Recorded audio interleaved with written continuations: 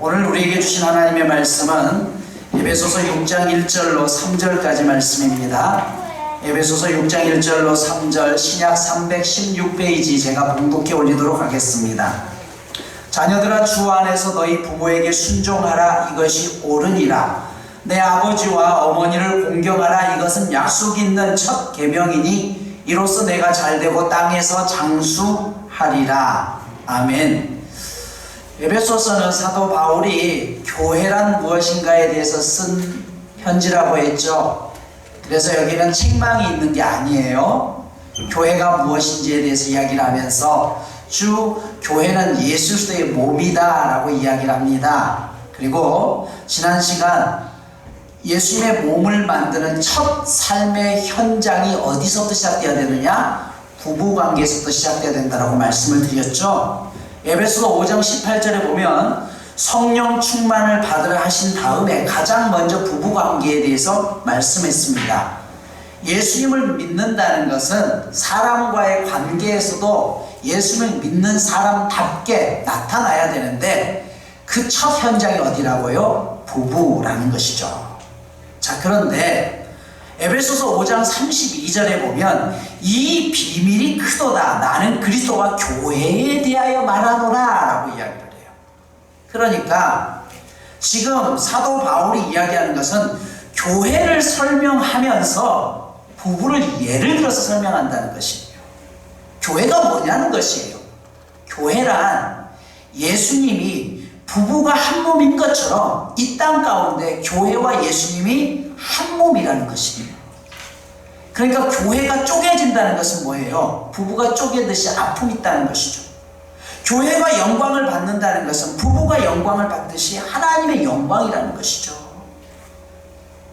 그래서 33절에 보면은 에베소 5장 33절은 이렇게 시작하죠.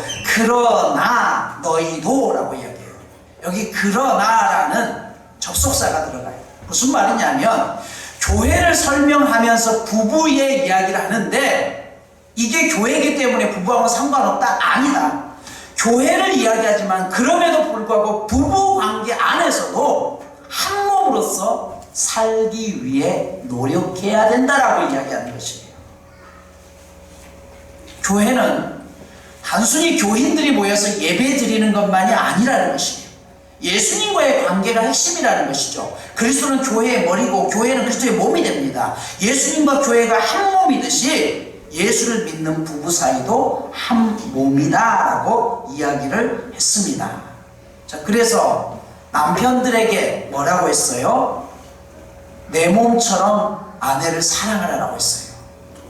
여러분, 예수님께서 교회를 사랑하셨기 때문에 오늘 이 자리에 있는 여러분 모두를 사랑하셨기에 교회는 건물이 아니라고 했어요. 예수 믿는 여러분들이 곧 교회라고 했어요. 여러분들을 사랑하셨기 때문에 내 몸처럼 사랑했기 때문에 어떻게 했어요? 그분이 대신해서 죽으셨잖아요. 이게 내 몸처럼 사랑하는 것이에요. 예수님 오늘 이것을 이야기하는 것입니다. 자, 두 번째 삶의 현장에서 예수님이 교회를 설명하면서 우리에게 또 이야기하는 게 뭐냐면 바로 부모와 자녀와의 관계라는 것입니다. 교회는 부부처럼 한 몸이지만 또 하나보다 예수님이 부모가 되고 우리는 그분의 자녀라는 것이에요. 그렇기 때문에 부모는 자녀를 위해서 모든 것을 헌신하듯이 예수님께서는 이 땅의 교회인 여러분들을 위해서 모든 것을 헌신하시는 분이라는 것입니다. 여러분, 예수님께는 하나님을 늘 아버지라고 불렀습니다. 요한복음 17장 1절에 보면 예수께서 이 말씀을 하시고 눈을 들어 하늘을 우러러 이르시되 아버지여 때가 이르렀사오니 아들을 영화롭게 하사 아들로 아버지를 영화롭게 하게 하소서라고 이야기했어요. 이렇게 시작되어서 요한복음 17장에만 38번 아버지라는 단어가 나옵니다. 뿐만 아니라 주님은 우리에게 기도를 가르쳐 주시면서도 아버지로 시작해서 아버지로 끝납니다. 그러므로 너희는 이렇게 기도하라 라고 하면서 뭐라고 했어요? 하늘에 계신 우리 아버지요 라고 시작하죠. 그리고 어떻게 해요? 우리를 시험에 빠지지 말게 하시고 시험 악에서 구하옵소서. 나라와 권능과 영광이 영원히 아버지의 것입니다. 시작도 아버지, 끝도 아버지로 끝나고 있습니다. 왜 하나님께서 아버지라고 표현할까요? 왜냐하면 아버지야말로 이 땅에서 하나님의 모습을 가장 잘 표현할 수 있는 존재이기 때문인 것이죠. 여러분, 부모라고 해도 틀린 말은 아니에요. 완벽하지는 않지만 부모의 사랑을 통해서 우리는 하나님 아버지의 사랑을 느낄 수 있다는 것이에요. 오늘 이것을 바울은 이야기합니다. 부부간의 사랑을 통해서 너희와 우리가 한 몸이다. 신랑 되신 예수님과 신부인 내가 한 몸이다. 그러니 내가 너희를 버릴 수 있겠느냐. 내 몸처럼 너희를 사랑한다라고 오늘 이야기하는 것이고, 두 번째로 부모가 자식을 향할 때 어떤 마음이겠느냐. 그 마음이 너희를 향한 나의 마음이야. 내가 너희의 부모처럼 너희를 품고 평생을 책임져 주겠다라고 오늘 우리 가운데 이야기해요. 그 사랑을 깨달으라는 것이죠. 출애굽기 20장에 보면 십계명 계명이라고 하죠. 5번째 계명이 나오는데, 내 부모를 공경하라. 그리하면 내 하나님 여호와가 네게 준 땅에서 네 생명이 길리라라고 이야기해요. 여러분, 십계명은 크게 두 가지의 계명입니다. 1계명부터 4계명까지는 하나님과의 관계죠. 5계명부터 10계명까지는 인간과의 관계인데, 그 5계명의 첫 번째에 부모를 공경하라고 한 이유가 무엇이에요? 부모를 공경하는 사람들이 이웃을 사랑할 수 있고, 부모를 공경하는 사람들이 다른 사람들을 사랑할 수 있다는 것이에요. 십계명에 자식을 사랑하라는 계명은 없습니다. 그런데 부모를 공경하라는 계명만 있습니다. 그 이유가 무엇일까요? 대부분의 부모는, 여러분, 대부분이라고 했어요. 가끔가다 잘못된 부모가 나오긴 하지만 대부분의 부모는 자식을 자기 목숨보다 더 사랑합니다. 그렇지 않아요? 부모는 자식을 위해서 목숨을 아끼지 않아요. 그렇기 때문에 부모에게 네 자식을 사랑하라고 말하지 않아도 사랑해요. 하지만 자식의 경우는 좀 다릅니다. 부모를 공경하라고 말할 수밖에 없는 이유가 있다는 것이에요. 여러분들도 사랑하는 애인이 생기면 어때요? 좀 달라지죠. 부모보다 애인이 먼저가 될 때가 참 많습니다. 비 오는 날 어린 자녀와 아빠가 한 개의 우산을 쓰고 가면 대부분의 아빠는 자식이 비 맞지 않도록 우산을 자식 쪽에 더 가까이 받쳐주죠. 그러면 아이는 부모를 쳐다보면서 묻습니다. 아빠, 옷 젖었어? 아니, 안 젖었어. 거짓말이죠. 아빠의 한쪽 어깨는 이미 자식을 위해서 내어주면서 흠뻑 젖어 있습니다. 자식이 세상 풍파를 겪을수록 빗줄기는 굵어지고 축축한 옷은 납처럼 무거워집니다. 그러는 사이 부모는 우산 밖으로 조금씩 밀려나가죠. 왜요? 자식을 위해서요. 자식 이기는 부모 없다는 말이 있듯이 부모는 자식에게 칠 수밖에 없습니다. 하나님도 마찬가지라는 것이에요. 끊임없이 속고 속으면서 또 우리를 위해서 우리를 사랑하시는 모습을 보여주는 것이에요. 아담을 쫓아냈지만 노아를 통해서 또 새로운 약속을 하고, 아브라함을 통해서 또 새로운 약속을 하고, 예수 그리스도를 또 보내시면서까지 우리를 끊임없이 우리 스스로 벗어났지만 하나님은 그런 우리를 끝까지 버리지 않고 계속해서 나의 사랑이 이렇다라고 보여주시는 게 하나님이라는 것이에요. 성경은 여러 군데서 사랑하라는 말을 참 많이 합니다. 하나님 사랑하고 이웃을 사랑하고 원수를 사랑하고. 그런데 성경 어디에도 부모를 사랑하라는 말은 없다라고 했죠. 대신 공경하라는 말이 있어요. 부모는 사랑의 대상이 아니라 공경과 경외의 대상이라는 것이에요. 오늘 본문 1절에 보면 자녀들아 주 안에서 너희 부모에게 순종하라는 말이 나오죠. 순종이라는 단어를 동그라미 쳐놓으십시오. 2절에 보니까 내 아버지와 어머니를 공경하라고 했어요. 공경이라는 단어를 동그라미 쳐놓으십시오. 순종이라는 단어와 공경의 차이가 뭐냐면 순종은 정신적인 것을 강조합니다. 그렇다면 공경은 뭐냐면 실제적이고 물질적인 의미예요. 행동하는 것입니다. 여러분, 우리가 마음속으로는 얼마든지 생각을 할 수 있어요. 그런데 여기서 끝나는 것이 아니라, 생각에서 끝나는 것이 아니라 실제적인 행동으로 이어져야 된다는 게 공경의 뜻이에요. 말로만 해서는 안 된다는 것이에요.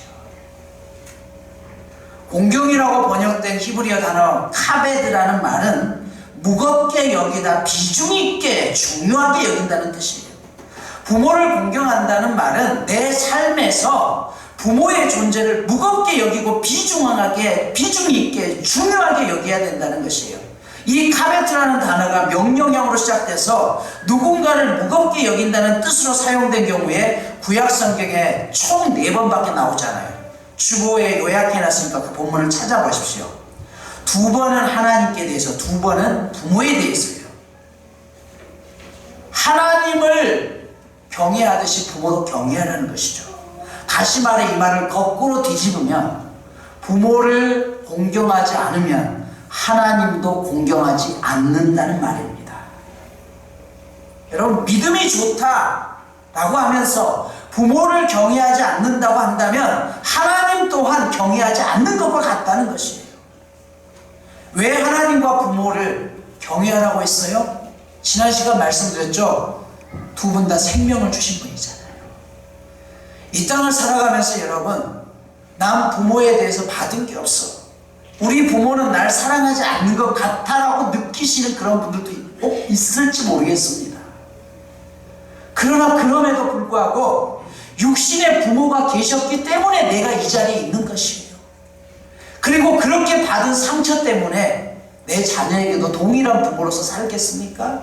아니잖아요. 나는 내 자녀에게 그 아픔을 물려줘서는 안 되지 않겠어요? 우리에게 영적인 생명을 주신 분도 하나님이시라는 것이에요. 내가 이 자리에 있는 이유가 뭐냐는 것이에요.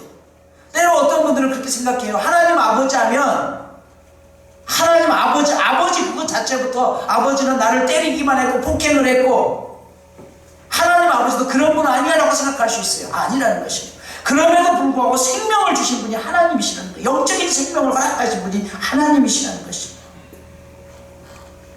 그래서 구약에 보면 부모를 공경하지 않는 죄는 하나님 앞에 불경한 죄와 똑같이 취급을 합니다. 출애굽기 21장 15절 17절에 보면 부모를 공경하지 않는 자는 돌로 쳐서 죽이라고 했어요. 그런데 실제로 돌로 쳐 죽임을 당하는 경우들이 잘 생기지 않아요. 왜? 아무리 부모에게 악한 짓을 했어도 그 자식을 끝까지 감싸는 게 부모이기 때문에 그래요. 다른 사람들이 저 죽일 놈 하면서 쳐 죽일 놈 해도 내 부모는 어떻게 하냐? 끝까지 자식을 감싸는 것이죠. 신명기 27장 15절에서 26절을 보면 12가지의 저주받을 행동이 나열되었는데 그 중에 첫 번째가 우상 숭배고 두 번째가 부모에 대한 죄입니다. 성경에서 이렇게 큰 형벌을 받게 기록한 이유는 그만큼 부모에게 순종하지 않는 것이 큰 죄라는 것을 알려주는 것입니다. 그런데 여기에서 우리를 힘들게 하는 경우가 생깁니다. 단적으로 내 부모가 공경의 대상이 못 되는 경우는 어떻게 해야 되냐는 것이에요. 예를 들어 부모가 자식에게 못된 일을 시켜요. 도둑질을 시키거나 그러면 그럼에도 불구하고 부모에게 순종해야 된다는 것입니다. 또 우리 부모님이 절에 열심히 다니셔. 그래서 4월 초과일만 되면 교회 다니는 나를 데리고서 절에 가야 된대요. 자, 이럼에도 불구하고 순종하고 따라야 되느냐? 또 아무리 생각해도 우리 부모님은 날 사랑한 것 같진 않아. 그냥 놔놓고 나 혼자 살아갔어. 차라리 나에게 있어서 부모가 없었으면 좋겠어. 이런 일들이 있을 수 있잖아요. 자, 그런 경우, 이런 경우에도 하나님 내 부모를 공경해야 됩니까? 여러분, 우리가 명확히 알아야 될 상황은 공경하라는 말과 따르라는 말 사이에는 분명한 차이가 있다는 것이에요. 성경은 어디에도 부모를 따르라고 하지 아니하고 공경하라고 되어 있어요. 특별히 그 본문 가운데 오늘 한 가지 단서가 있는 게 6장 1절에 보면 주 안에서 너희 부모에게 순종하라라고 했어요. 주 안에서. 이게 무슨 말이냐? 이스라엘의 전통 중에서도 부모가 자녀를 위해서 하나님의 말씀을 지키지 말라고 하는 경우는 순종하지 않아도 된다라고 되어 있어요. 다시 말해서 따르지 않지만 공경까지 멈추면 안 된다는 것이에요. 무슨 말씀인지 알겠습니까? 내 부모가 교회를 안 다녀요. 절에 다니니까 제사를 드려요. 그래서 나한테 와가지고 절하라고 해. 이거를 따라야 될 이유는 없어요. 그러나 그럼에도 불구하고 공경의 마음을 버리면 안 된다는 것이에요. 자녀가 나한테 와가지고 저거 도둑질 해오래요. 그러면 그것을 따르지 않아도 돼요. 옳지 않으니까. 그러나 그럼에도 불구하고 나한테 도둑질을 시켜 하면서 부모를 매몰차게 버리거나 공경하지 않을 수는 없다는 것이에요. 따르는 것과 공경의 차이를 분명히 아셔야 된다는 것이에요. 신앙적으로 나와 다르다고 해서 엄마는 나에게 내 신앙이 아니니까 나는 쳐다보지도 않을 거야 라고 할 수 없다라는 뜻입니다. 성경은 이걸 분명하게 얘기해요. 마가복음 7장 9절에서 13절에 보면 고르반이라는 전통이 나와요. 이게 뭐냐면 하나님 앞에 내가 예물을 드렸어요. 그러다 보니까 예물을 드리고 나니까 돈이 없네? 부모님한테 드려야 될 용돈이 없다는 거예요. 그래서 뭐라고 했냐면 엄마 내가 하나님 앞에 헌금을 다 드렸더니 엄마를 드릴 게 없어요. 이거 잘못이라는 겁니다. 성경은 분명하게 이야기해요. 하나님의 것은 하나님 앞에 드려라. 그리고 부모의 것도 따로 드려야 된다고요. 디모데전서 5장 8절에 보면 누구든지 자기 친족 특히 자기 가족을 돌보지 아니하면 믿음을 배반한 자요 불신자보다 더 악한 자다라고 이야기했어요. 여러분 이처럼 부모를 공경한다는 것은 쉽지 않은 일이며 많은 노력이 필요합니다. 부모를 공경한다는 것은 사실은 노년에 있어서 힘이 없는 부모님들을 공경하는 게 더 많아요. 그래서 부모를 위해서 일정의 경제적인 부분들을 책임져 줄 수 있어야 되고요. 가능한 한 많은 대화를 나눌 수 있어야 됩니다. 또 부모님들을 이해하려고 노력해야 돼요. 나이가 들수록 생각이 어린아이처럼 좁아집니다. 그걸 이해하려고 노력해야 된다는 것이에요. 가족끼리 외출할 때도 가급적이면 부모님을 함께 동반할 수 있으면 좋다는 것입니다. 아직 믿지 않는 부모님이 있다면 그 공경을 통해서 엄마가 평생 믿어왔던 그 부처님도 중요하지만 내가 믿는 하나님이 진짜 하나님이야 라고 이야기를 하면 앞에 말씀드렸죠. 자식 이기는 부모 없다고. 공경을 멈추지 않으면 반드시 부모는 나중에 하나님 앞에 돌아오게 되어 있습니다. 그런데 그럼에도 불구하고 목사님 모르는 소리 하지 마세요. 저는 부모에 대해서 너무 상처가 많아요. 오늘 성경은 여기에 대해서 뭐라고 이야기해요? 6장 1절을 다시 보십시오. 자녀들아 주 안에서 너희 부모에게 순종하라고 했어요. 여기 보면 그 부모가 어떤 부모라는 조건을 달지 않았어요. 단 한 가지, 너희 부모다. 다른 부모가 아니라 네 부모 아니냐. 부모가 너에게 무엇을 해주었기 때문이 아니라 너를 낳아주고 이 땅에 있게 한 네 부모지 않느냐. 부모가 예수님을 잘 믿기 때문에 공경하고 우상을 섬기기 때문에 공경하지 않는 것이 아니라 부모가 인격적으로 훌륭하고 훌륭하지 못하기 때문에 공경하지 않은 것이 아니라 너를 이 땅에 있게 한 네 부모지 않느냐. 그게 중요한 게 아니라 너를 이 땅에 있게 하신 분이기에 그 부모를 공경할 책임이 있다는 것이에요. 그리고 그보다 더 중요한 게 무엇이에요? 그 상처를 내가 끝내야죠. 예수를 믿는다는 게 뭐예요? 예수님이 나의 모든 상처를 다 가져갔기 때문에, 예수님 안에서 그 사랑을 깨닫게 했기 때문에 이제 네가 받았던 그 상처를 동일하게 자녀들에게까지 물려줄 수는 없지 않느냐는 것이에요. 이렇게 부모를 공경할 때 하나님은 장수의 축복을 주신다고 했죠. 에베소서 6장 3절에도 이렇게 얘기하죠. 이로써 네가 잘되고 땅에서 장수하리라. 그런데 여기서 장수한다는 말은 단순히 오래 산다는 말이 아닙니다. 여러분, 행복하지 못한 상태로 오래 사는 것이 좋은 것은 아니죠. 여기 장수의 의미는 부모를 공경한 자식들은 그 다음 세대의 자녀들에게도 동일한 공경을 받게 된다는 것이에요. 여러분, 내가 부모에게 공경을 하는데 내 자식이 그걸 그대로 보고 배우죠. 부모는 자식들의 모범입니다. 그래서 어떻게 해요? 우리 어머니가 우리 할머니, 할아버지를 공경했듯이 내 자녀들도 나를 똑같이 공경하는 것이에요. 또한 장수한다는 의미는 그러다 보니 가업이 장수되고 영적인 생명이 길어진다는 것이에요. 여러분, 이렇게 설명하면 쉽겠죠. 대부분의 자녀들은요, 부모가 가지고 있는 은사를 그대로 가지고 태어납니다. 그런데 그 은사가 내 자녀 때는 배가가 돼요. 그러니까 내 자녀가 앞으로 무슨 일을 할 것인가를 부모들은 어렸을 때부터 찾아주는 게 중요한데, 그 찾아주는 것 중에 참조해야 될 게 아내와 남편이 서로 어떤 재능을 가지고 있는가를 먼저 찾으셔야 돼요. 그러면 그 재능들이 자녀들에게는 배가 되어서 나타나는 경우가 굉장히 많습니다.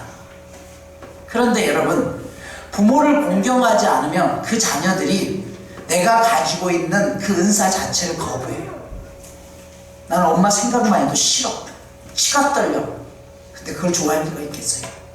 제가 목회를 하는데, 예를 들어서 제가 이 목사 직분을 감당하면서 목회를 너무 힘들게 하고 목회는 내 평생에 가장 잘못된 선택이다라고 한다면 그걸 바라보고 있는 내 자식이 어떨게요? 목회를 할까요? 너 앞으로 목회해. 왜? 아빠도 그걸 하면서 전혀 행복해하지 않았잖아. 절대 하지 않습니다. 가업이 끊어지는 것이에요.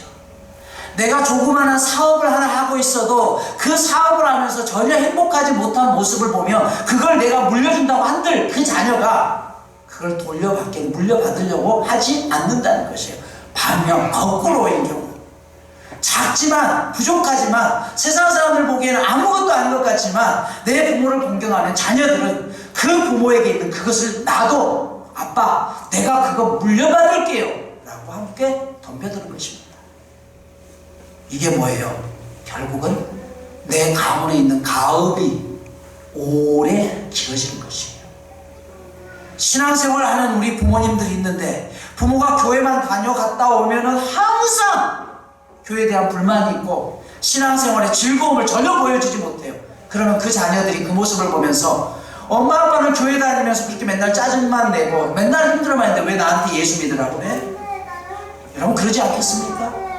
하지만 힘들지만 교회 다녀와서 힘을 얻고 기도하는 그 모습을 본 자녀들은 잘못된 길로 갔다가도 내 부모가 그 힘든 과정 속을 하나님을 믿고 의지했던 그 모습을 보면서 나도 내 부모님의 했던 그 신앙을 이어받아야지 하면서 신앙의 가문이 길게 이어지는 것입니다. 이게 영적인 생명도 길어지는 것입니다. 이게 장수의 의미라는 것입니다. 오래전에 나왔던 영화 중에 고도심 씨가 주연으로 나왔던 구성주 감독이 만든 영화 엄마라는 영화가 있어요. 일찍이 혼자 되어서 사남매를 엄마가 정말 어렵게 키웠습니다. 그리고 그 자녀들을 다 키우고 나서 마지막으로 넷째 딸아이가 시집을 가게 되었어요. 그런데 목포에서 시집을 가게 해서 결혼식을 하게 되는데 엄마가 사는 집이 해남이에요. 근데 엄마에게 심각한 문제가 있어요. 차를 전혀 못 타는 거예요. 차만 타면 다 토해버리고 너무 힘들어서. 근데 엄마가 너무 이 딸아이의 결혼식을 가고 싶은 거죠. 그래서 어떻게 해요?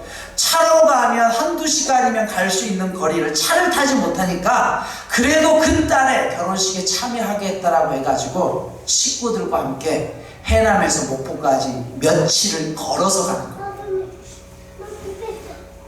이 영화에서 보여주고자 하는 것은 딱 한 가지. 부모는 그렇다는 것이. 부모는 자식을 위해서 내가 아무리 힘들어도 그 길이 수천 리의 길이 되더라도 물집이 다 터지고 가다 죽는 한이 있더라도 내 자식을 위해서 그곳을 향해서 가는 게 부모라는 것이죠. 이제 부모님이 늙으면 그때는 자녀가 부모를 보호하는 것이 하나님의 섭리입니다. 인간은 서로 돕고 돕게끔 되어 있어요. 어릴 때는 부모가 나의 보호막이 되어줬다면 이제는 연약한 부모를 위해서 자녀들이 인생의 보호막이 되어주셔야 된다는 것입니다. 여러분, 부모에게 효도하지 못한 사람은 아무리 자녀가 잘 되어도 이웃이 뭐라고 그래요? 저런 호로자식 같은 놈, 못된 놈이라고 이야기하죠. 그래서 잠언 1장 8절 9절에 보면 내 아들아 내 아비의 훈계를 들으며 내 어미의 법을 떠나지 말라. 이는 내 머리에 아름다운 관이요 내 목에 금사슬이라고 했어요. 관을 쓴다는 건 뭐예요? 출세했다는 것이죠. 최고의 출세라는 것은 뭐냐면 사회적으로 출세하는 것이 아니라 부모를 공경하는 자들을 바라보면서 이웃들이 축복하고 칭찬하는 것이 가장 큰 축복이라는 거예요. 아무리 명예를 가졌으면 뭐예요? 저 호로자식 놈이라고 이야기한다면 그건 명예가 아니라 오히려 그것 때문에 저주라는 것입니다. 말씀을 마무리합니다.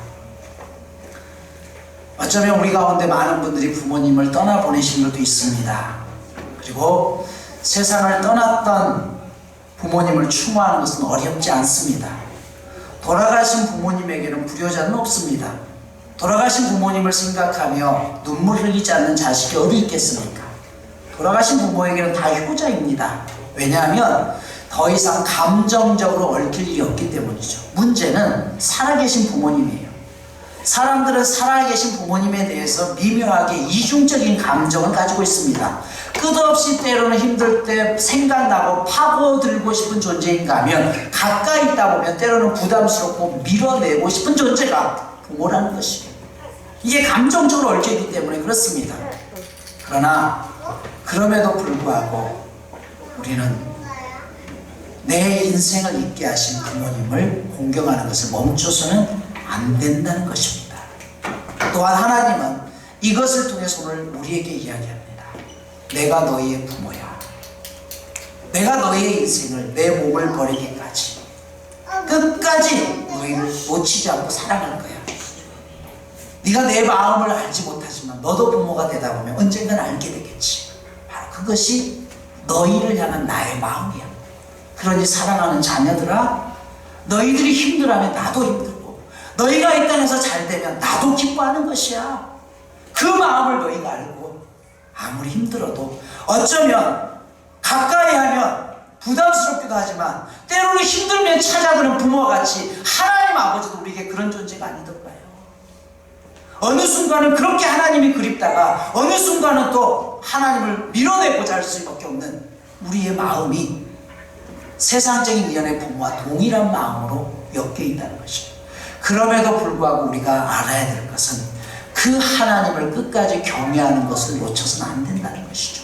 그리고 이게 육신의 부모에게 있어서도 나에게 상처만 주고 하나님 아버지 생각할 때 하나님 내 기도를 언제나 들어주셨어요.